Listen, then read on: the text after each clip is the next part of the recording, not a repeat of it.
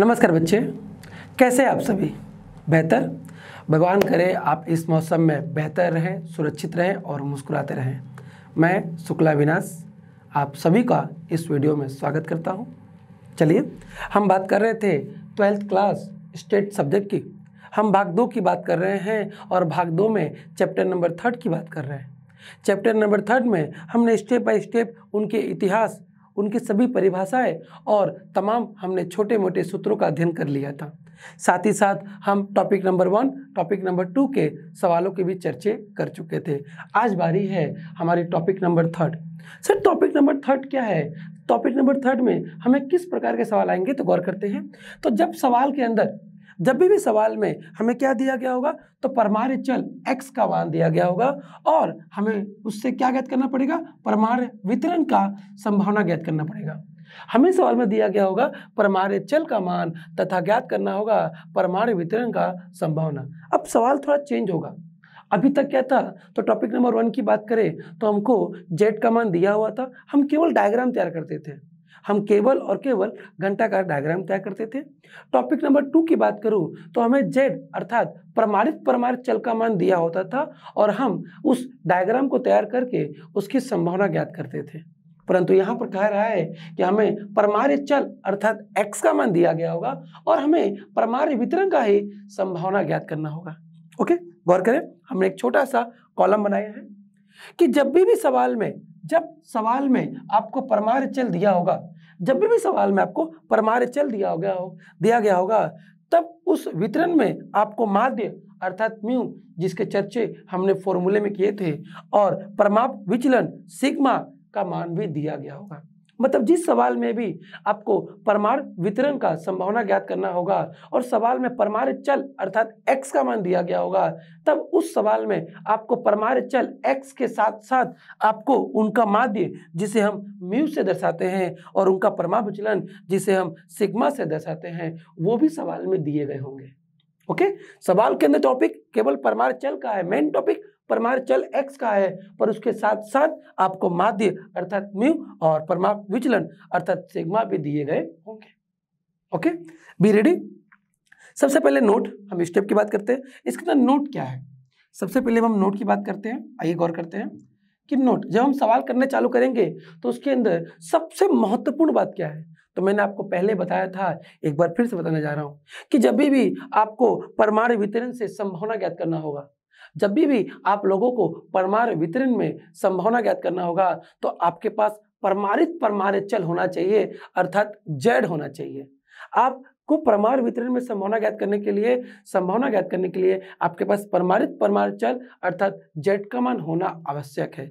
अगर जेड का मान सवाल में ना हो तो आपका फर्ज बनता है सर्वप्रथम जेड का मान ज्ञात करना। ओके, हमने वही लिखा है, गौर कीजिएगा।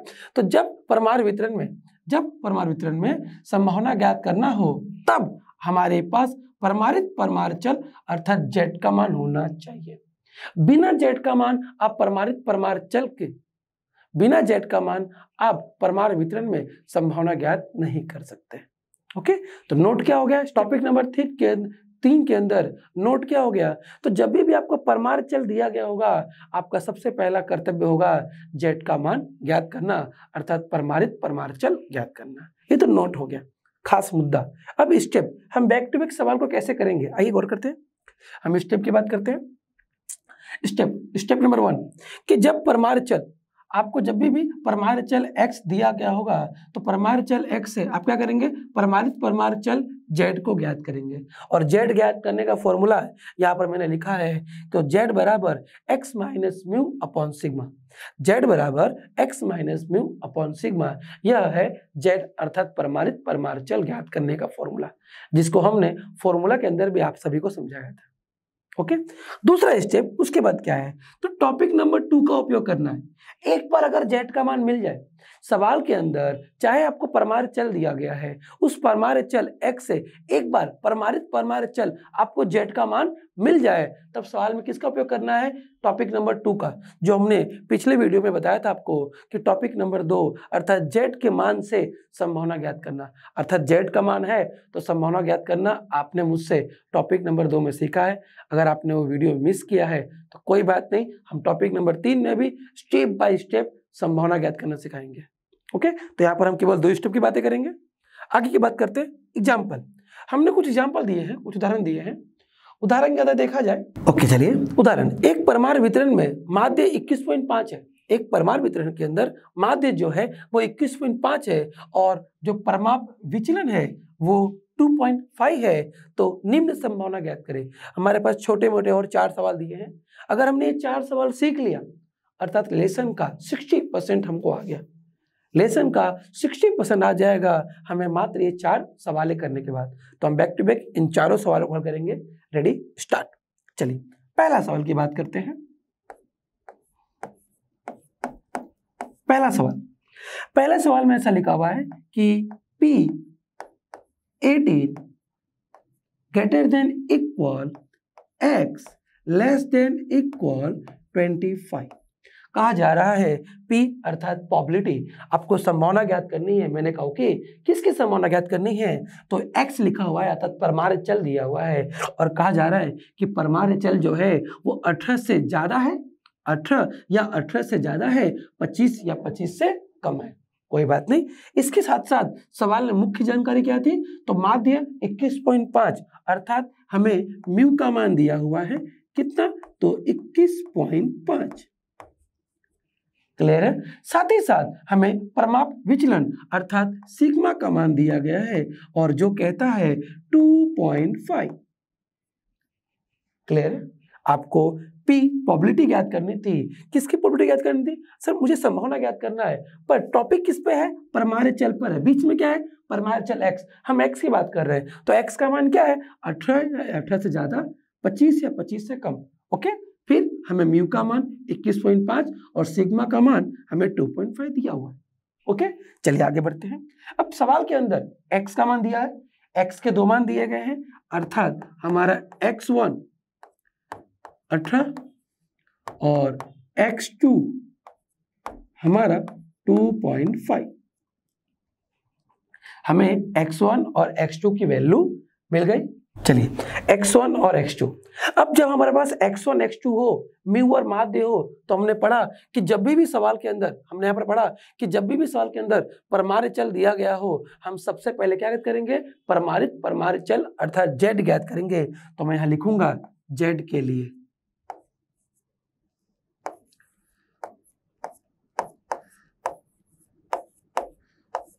ओके, z के लिए लिखेंगे और करते हैं।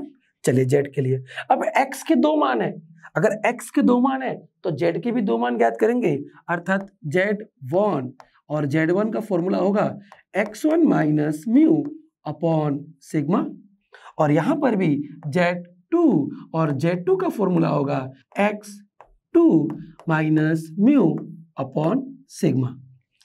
क्लियर है। आइए वैल्यू रखते हैं इनका। x1 की वैल्यू कितनी है, तो ये 18 है। म्यू की वैल्यू कितनी है, तो 21.5 है। और सिग्मा की वैल्यू कितनी है, तो सिग्मा की वैल्यू हमारे पास 2.5 है। क्लियर है। आगे बढ़ते हैं। 18 में से 21.5 जाएगा, तो 18 में से 21.5 जाएगा तो बचेगा -3.5 और अपॉन 2.5। क्लियर है। रेडी, इसका डिवाइड करेंगे तो आपका आंसर आएगा -1.4। इसी प्रकार अगर हम Z2 की बात करें तो x2 आपको 25 दिया हुआ है, म्यू 21.5 दिया हुआ है और सिग्मा ये आपको 2.5 दिया हुआ है। माइनस करेंगे तो आपका आंसर आएगा +3.5 डिवाइड बाई 2.5। हम इसका डिवाइड करते हैं तो हमारा आंसर आता है 1.4। क्लियर है। अर्थात हमें x1 और x2 की मदद से क्या मिल गया, तो हमें z1 z2 मिल गया। जब हमें z1 z2 आ जाएगा तो प्रोबेबिलिटी फाइंड करने के लिए हमें जो प्रमाणित स्वरूप बनाना है वो z का बनेगा, अर्थात हमें लिख सकते हैं इसलिए p अर्थात प्रोबेबिलिटी क्या ज्ञात करने वाले हैं हम, तो -1.4 greater than equal z less than equal +1.4। आपको ज्ञात करना है कि जब भी x का मान, आपको प्रोबेबिलिटी परमाणु वितरण के अंदर जब भी दिए गए जनसंख्या, दिए गई सूचना या परमाणु चल पे दिया गया होगा तो आपका सबसे पहला फर्ज बनता है कि उस परमाणु चल की संख्या को, जानकारी को आप क्या करेंगे, प्रमाणित परमाणु चल में परिवर्तन करेंगे। आइए, मैंने कहा था टॉपिक नंबर 2, अब यहाँ पर टॉपिक नंबर 3 केवल इतना ही है। टॉपिक नंबर 3 केवल इतना ही कहता है कि जब सवाल के अंदर परमाणु चल दिया गया हो, जब सवाल के अंदर परमाणु चल दिया गया हो तो सर्वप्रथम आप प्रमाणित परमाणु चल ज्ञात करें, जो मैंने कर दिया। अब इसके बाद हम पूरा का पूरा क्या इस्तेमाल करने वाले हैं, टॉपिक नंबर 2। टॉपिक नंबर 2 मैं एक बार फिर आपको रिपीट करना चाहूंगा। टॉपिक नंबर 2 हमने कैसे कहा था, तो कि जब सवाल के अंदर प्रमाणित परमाणु चल दिया गया हो, जब सवाल के अंदर प्रमाणित परमाणु चल दिया गया हो तो हम घंटा का डायग्राम के अनुसार अर्थात परमाणु वितरण के अनुसार संभावना किस प्रकार से ज्ञात कर सकते हैं। आइए हम उसी की चर्चा करेंगे फिर से। जैसे जेड का मान मिलेगा हम वैसे डायग्राम ज्ञात करेंगे। तो हम थोड़ा इस कॉलम को ऊपर करते हैं। चलिए, Z1 Z2 है। अब जैसे हमारे पास Z1 Z2 का मान आएगा हम सबसे पहले डायग्राम ज्ञात करेंगे। और डायग्राम के लिए मैंने कहा था सबसे पहले एक रेखा माइनस अनंत रेखा आएगी, फिर प्लस अनंत, क्लियर है। और फिर उसी प्रकार से एक घंटा का डायग्राम बनेगा जो कुछ इस प्रकार से बनेगा। और ये आपका बीच वाली संख्या हमेशा क्या होती है, 0 होती है। मिडल पॉइंट हमेशा 0 होगा और शुरुआत और एंडिंग का जो मूवमेंट होगा आपको ध्यान रखना है कि वो टच ना हो। ओके, ये कभी भी आपको टच नहीं होना चाहिए, इतना ध्यान रखना। चलिए, जेड का मान, तो पहला जेड का मान क्या है, यह मान निशान देते रहो। ये हमारा हो गया Z1 और ये हमारा हो गया Z2। तो Z1 कितना है, -1.4। मैंने बताया था आपको टॉपिक नंबर 2 के अंदर भी और टॉपिक नंबर 1 के अंदर भी मैंने बताया है आपको कि माइनस मिलेगा माइनस साइड, प्लस मिलेगा प्लस साइड। तो -1.4 है, कहाँ आएगा, माइनस साइड।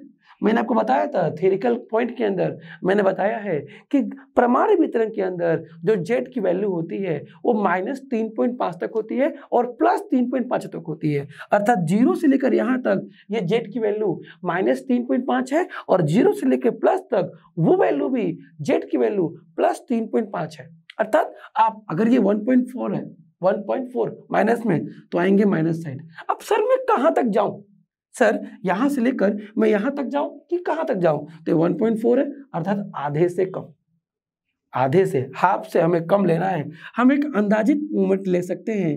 यहां पर यह हो गया जेड की वैल्यू -1.4। उसी प्रकार ये वैल्यू तो इक्वल है, यहां पर भी अंदाजित वैल्यू क्या ले लेंगे हम, -1.4। सर अगर गलती से थोड़ा इधर उधर हो गया तो कोई बात नहीं, क्योंकि जो आंसर है वो मैंने बताया था आपको जेड टेबल से निकलता है। डायग्राम तो केवल आपको फॉर्मूले बनाने के लिए चाहिए और चेकर को दिखाने के लिए चाहिए कि आप कौन सी की संख्या के बीच का आप क्षेत्रफल ज्ञात कर रहे हो, आप कहां से लेकर कहां तक का क्षेत्रफल ज्ञात कर रहे हो, केवल ये दिखाने के लिए आपको डायग्राम बनाना है। ओके, आइए जब डायग्राम बना दो तो हमें चेकर को दिखाना पड़ता है कि मैं इसका डायग्राम ज्ञात कर रहा हूं। तो इसको हल्के हाथों से, ज्यादा लाइन नहीं, हल्के हाथों से आपको छोटे मोटे राउंड क्लियर कर देने हैं, जिसका मतलब होता है कि आप इतनों का क्षेत्रफल ज्ञात कर रहे हो। ओके, क्षेत्रफल अर्थात आप इतने के बीच की प्रोबेबिलिटी फाइंड आउट कर रहे हो। क्लियर है, आगे बढ़ते हैं। अब मुझे ज्ञात करना क्या है, तो गौर कीजिए, मुझे ज्ञात करना है प्रोबेबिलिटी कहां से कहां तक, तो -1.4 से लेकर z +1.4। टॉपिक नंबर 2 में मैंने आपको साफ साफ क्लियर किया था कि जब भी जेड के 2 वैल्यू दी गए हों, जब भी जेड का आपको 2 मान दिया गया हो तो दोनों बीच की संभावना हम एक साथ नहीं ज्ञात कर सकते। मैं फिर से कह रहा हूं कि जब भी आपके पास जेड के 2 अलग अलग मान दिए गए हों, हम दोनों जेडों के मान को, हम कभी भी उनकी संभावना को एक साथ नहीं ज्ञात कर सकते। मैंने कहा था उस एक समूह को हम 2 अलग अलग भागों में बांटते हैं, उस एक समूह को हम 2 अलग अलग भागों में बांटते हैं और उन भागों को बांटने के लिए हम किसका उपयोग करते हैं, तो 0 का उपयोग करते हैं। एक बार फिर, जब भी आपके पास जेड के 2 मान दिए गए हों तो हम दोनों के बीच की संभावनाएं एक साथ ज्ञात नहीं कर सकते। उन्हें ज्ञात करने के लिए हमें उन दोनों संख्याओं का हमें बंटवारा करना पड़ता है और बंटवारा करने के लिए हम किसका उपयोग करते हैं, 0 का उपयोग करते हैं। अर्थात मैं 1.4 से लेकर कहां तक फाइंड आउट करूंगा, 0 तक। तो लिखूंगा P -1.4 से लेकर z कहां तक, 0 तक। ओके, अब मैं एक बड़े से पार्टीशन को दो अलग अलग पार्टीशन में बांट रहा हूं, अर्थात पहले मैं -1.4 से लेकर 0 तक ज्ञात करूंगा और फिर 0 से लेकर मैं कहां तक ज्ञात करूंगा, 1.4 तक ज्ञात करूंगा। 0 से लेकर z प्लस 1.4।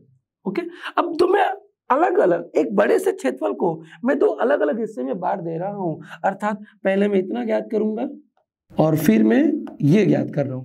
पहले मैं -1.4 से 0 तक जा रहा हूं और मैं फिर 0 से लेकर प्लस 1.4 तक जा रहा हूं। मैं जब एक बड़े हिस्से को दो अलग अलग हिस्से में बांटूंगा और जब मुझे पूरा हिस्सा चाहिए होगा तो दोनों के बीच में क्या आएगा, प्लस आएगा।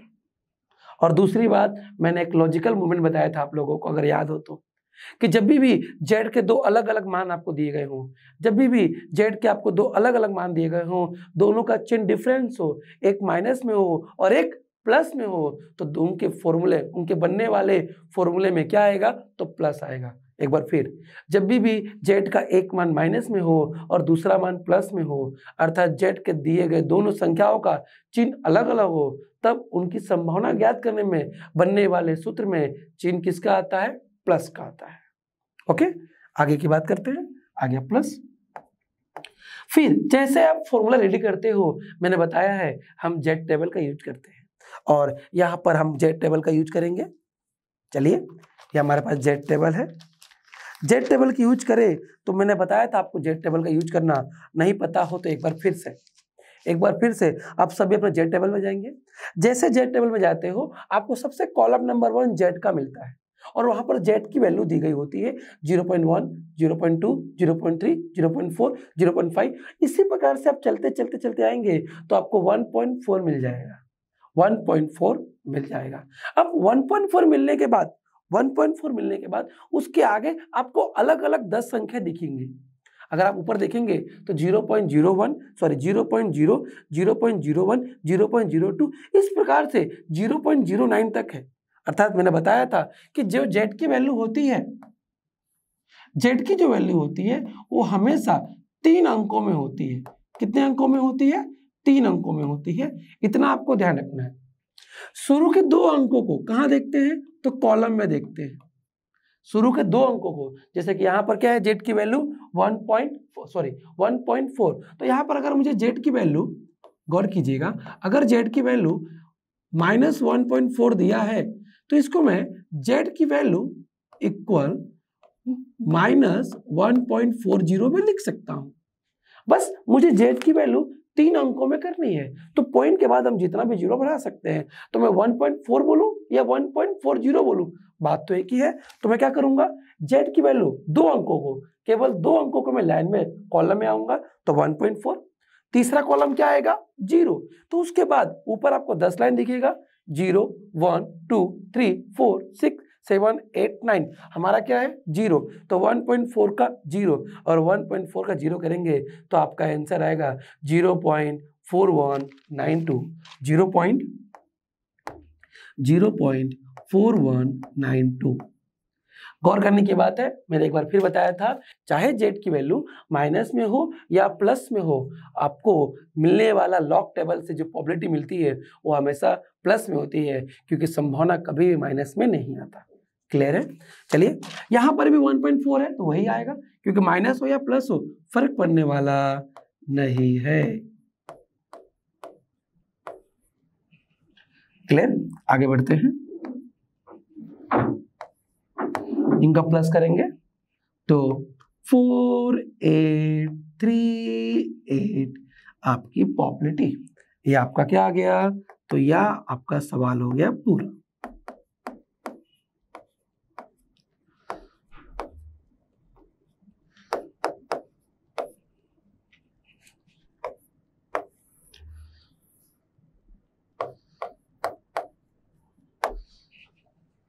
गौर कीजिएगा, टॉपिक नंबर 2 और टॉपिक नंबर 3, तो टॉपिक नंबर 2 का 80% टॉपिक नंबर 3 है। टॉपिक नंबर 2 का टॉपिक नंबर 3 80% है। बस क्या है कि टॉपिक नंबर 2 के अंदर आपको जेड का मान दिया हुआ था, हमने जेड के मान से क्या निकाला, तो घंटाकार आकृति बनाई और घंटाकार आकृति से हमने बनाया सूत्र और सूत्र बनाने से हमको संभावना मिल गई। अर्थात हम लोगों ने टॉपिक नंबर 2 में कितना सीखा है, तो यहां से लेकर यहां तक हमने टॉपिक नंबर 2 में सीखा है। जेड का मान मिलने के बाद हम किस प्रकार से संभावना ज्ञात करेंगे, ये हमने टॉपिक नंबर 2 में सीखा है। ओके, टॉपिक नंबर 3 केवल इतना ही है कि जब सवाल में x का मान आया हो, दिया गया हो, तब क्या करना है, तो आपका एक ही काम बनता है कि जब भी सवाल में परमाणु चल का मान दिया गया हो, आप सबसे पहले परमाणु चल ज्ञात कर लें। ओके, आज के वीडियो में हम पहले सवाल की बात करेंगे। बाकी के तीनों सवाल दिए गए हमारे उदाहरण के अंदर, तीनों सवाल को आपको प्रैक्टिस करनी है। ओके, मेथड पूरा वैसे का वैसा, केवल आपको x के मान से z का मान फाइंड अप कर देना है और z का मान फाइंड अप करने के बाद आपको पूरा का पूरा टॉपिक नंबर 2 का सहारा लेना है। आज के लिए इतना ही। जय हिंद, जय भारत।